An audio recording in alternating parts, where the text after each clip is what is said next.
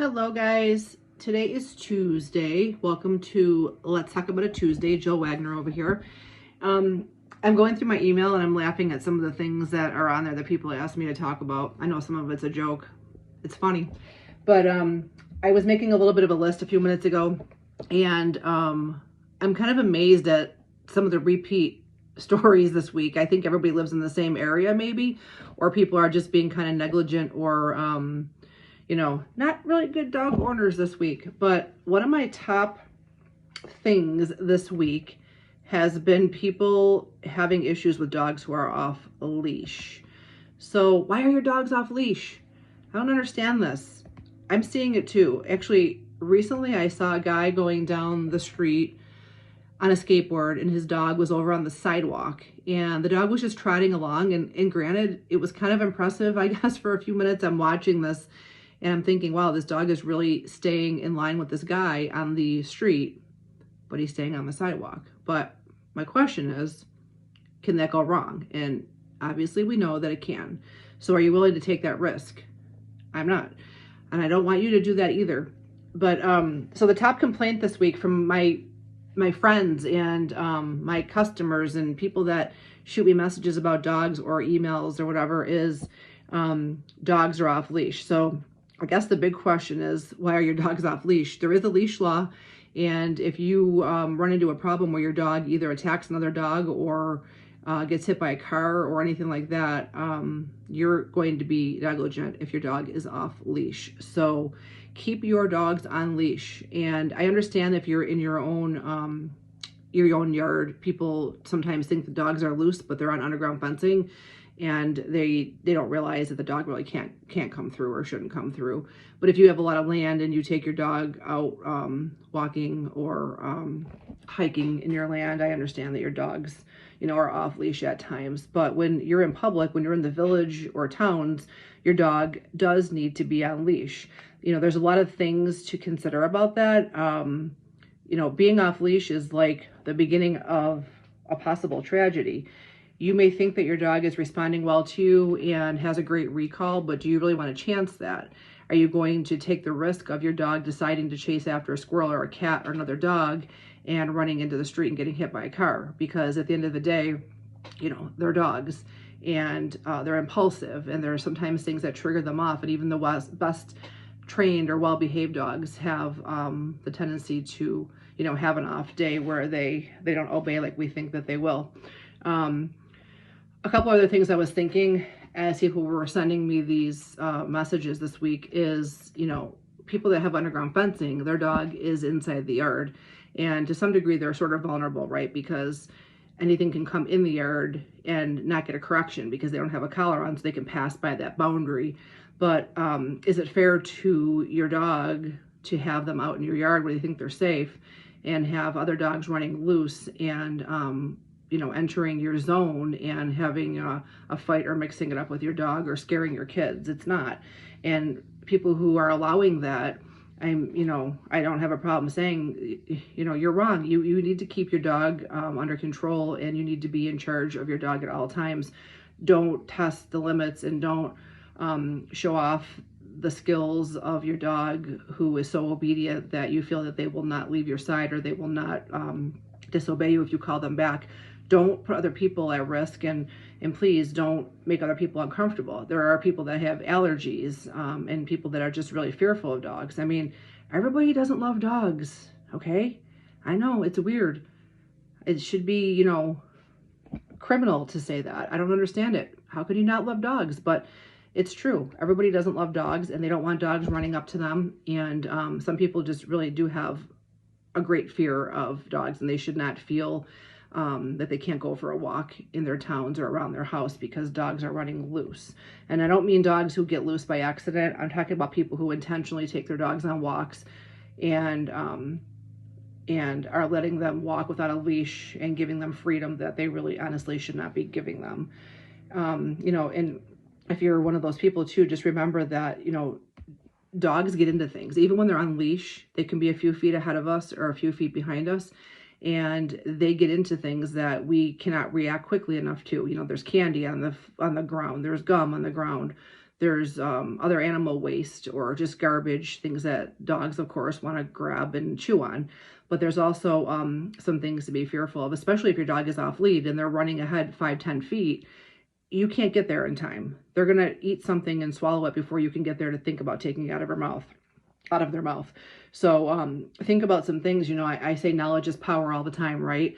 I had a friend who lost a dog because their dog got into rat poison and it killed them in a very sad, terrifying, and rough fashion. And it was not a fun experience. So I've heard about this more than once.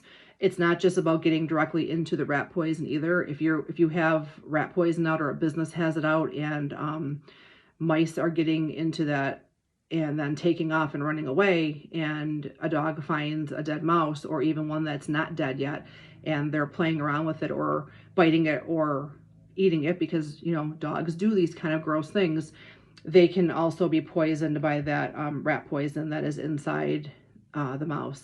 It's true. It happens, and it's very sad and scary. So leash up your dogs. If your dogs don't walk well on leash, get with me. I will teach you how to walk your dog well on leash. Okay, a couple things. I ripped the label off of this by accident when I opened it up because it was so sticky. But I want to talk about this product. I know you can't really tell what this is. It's called Thyme Out. And I will post a link to this or a better picture of it in the comments of this this video. Thyme Out is the best thing I've ever discovered. It works for humans. It works for animals. Every house should have this.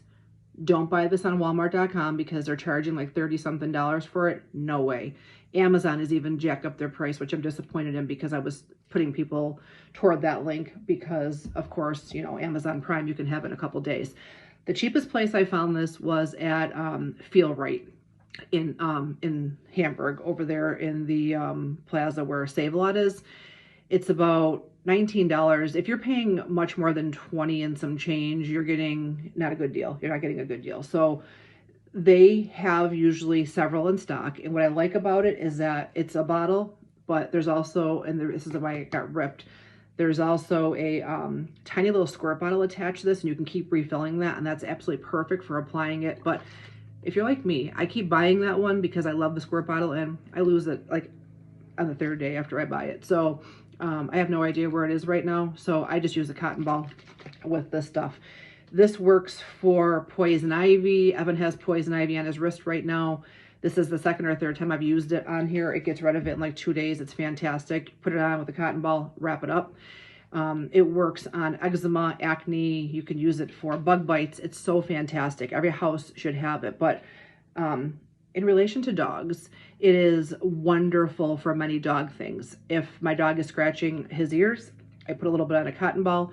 I don't pour the solution in the ears. Obviously, that's not a good idea. But I put the cotton ball, I soak the cotton ball in this, and underneath the ear flap, I can rub it on there. It's wonderful for hot spots, okay? Veda got a hot spot in Florida a few years ago, and we came home. None of my dogs ever had hot spots. I've been very lucky with that. But she got one, and it was like a nightmare.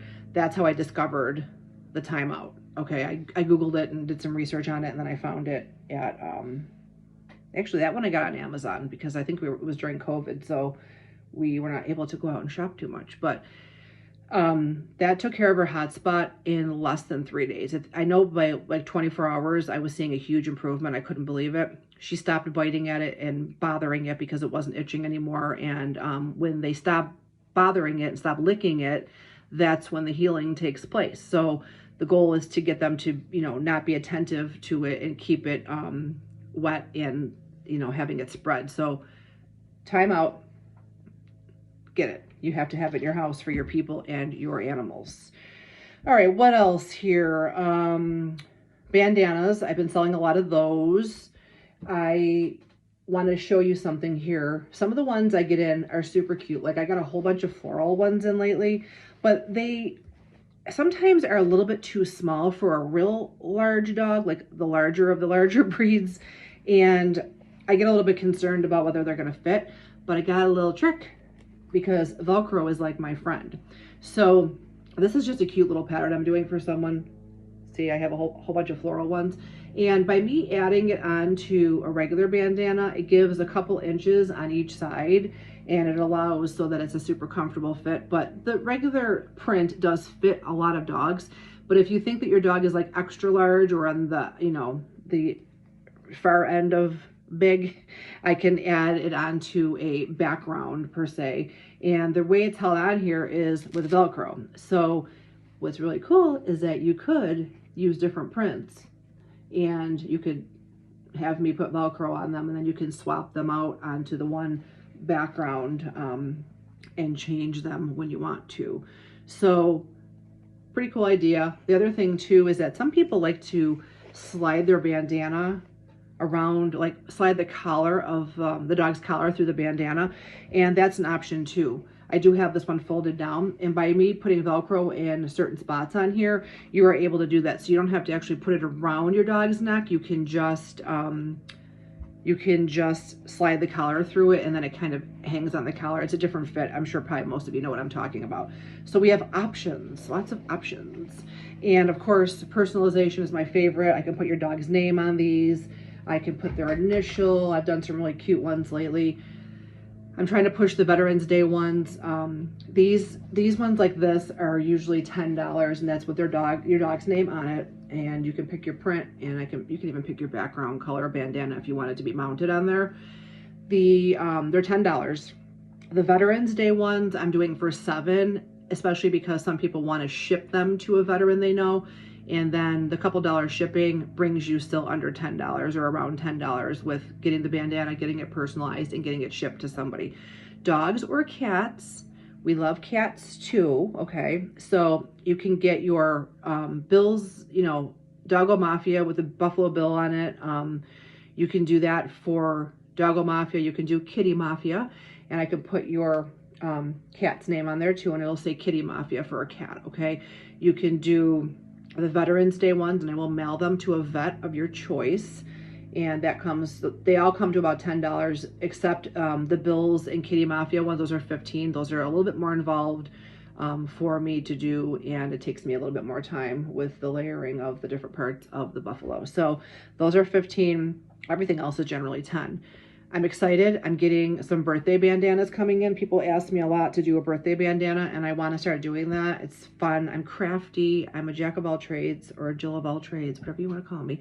I got lots of different talents here. So I want to start doing birthday bandanas. So I have a batch of those coming in, and I can put little sayings on there like, you know, your dog's name, whatever, Luna is 1, or however old they are, and you can get a different one for them each year, or you can just have it, today's my birthday, or I'm the birthday girl or birthday boy, and not put an age on it, and then you can just pull it out and use it every year. Whatever you want to do. What else? The Pup Trot's coming up October 21st, Saturday. Check-in is from 9 to 9:20. We're trotting at 9:30. We should be all done and back to the village by 10:30. Dogs can get in costumes, and we will do the costume contest around 10:45, 10:50, and you'll be all done and gone before noon. Unless you decide to stay for a nail trim, Allie will be there, and she's going to do nail trims. Those are $10. If you stay a little bit longer, you might want to take advantage of that, because who loves trimming their dog's nails? I don't.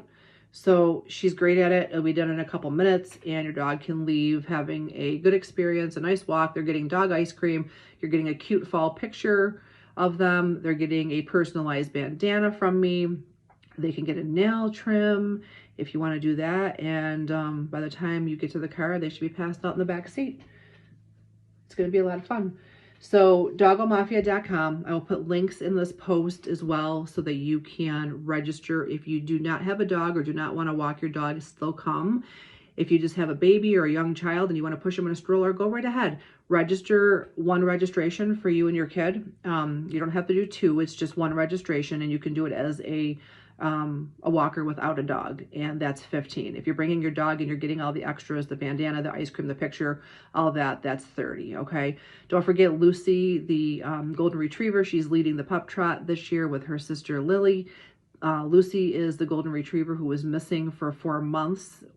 She got loose on her family vacation in the Carolinas, and miraculously she was found, and she's back here with her family. She's doing wonderful. She's coming and leading the Pup Trot this year. $10 from every registration is going to the family.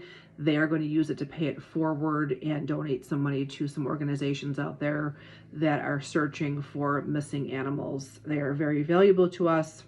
It can happen in a heartbeat, especially if you're not using your leash on your dog. Crazy things happen. Dogs take off and run away, and even if you think they're very well trained and they won't, don't trust it. So let's see what else. I think that's it this week. Keep the dogs leashed up. Get registered for the Pup Trot. Inquire with me about bandanas, birthday bandanas, the Veterans Day bandanas, the Buffalo Bills, you know, Doggo Mafia and Kitty Mafia bandanas. And in the beginning of this video, I was playing a song. I'm gonna do a little contest, okay? So if you want to win a fall Halloween bandana for your pup and a little personalized bag for you to keep some maybe treats in, maybe their leash and collar, whatever you want to put in there, a cute little bag, I'll personalize that too. The bag can have your name on it or their name, whatever you want, but the bandana will be personalized for them. It'll be a Halloween theme. If you want to be on the wheel to try to win that, I will spin the wheel on Saturday, but you have to do a couple things. You have to, first of all, go back and figure out what the name of that song was, who the artist was, and what album is that song from.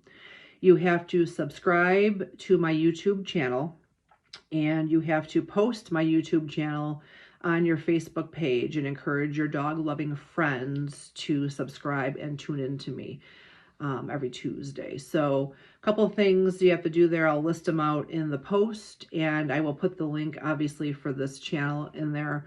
If you can share it, that helps me, helps small business, helps me get my name out there for obedience and for all the little extra stuff that I do.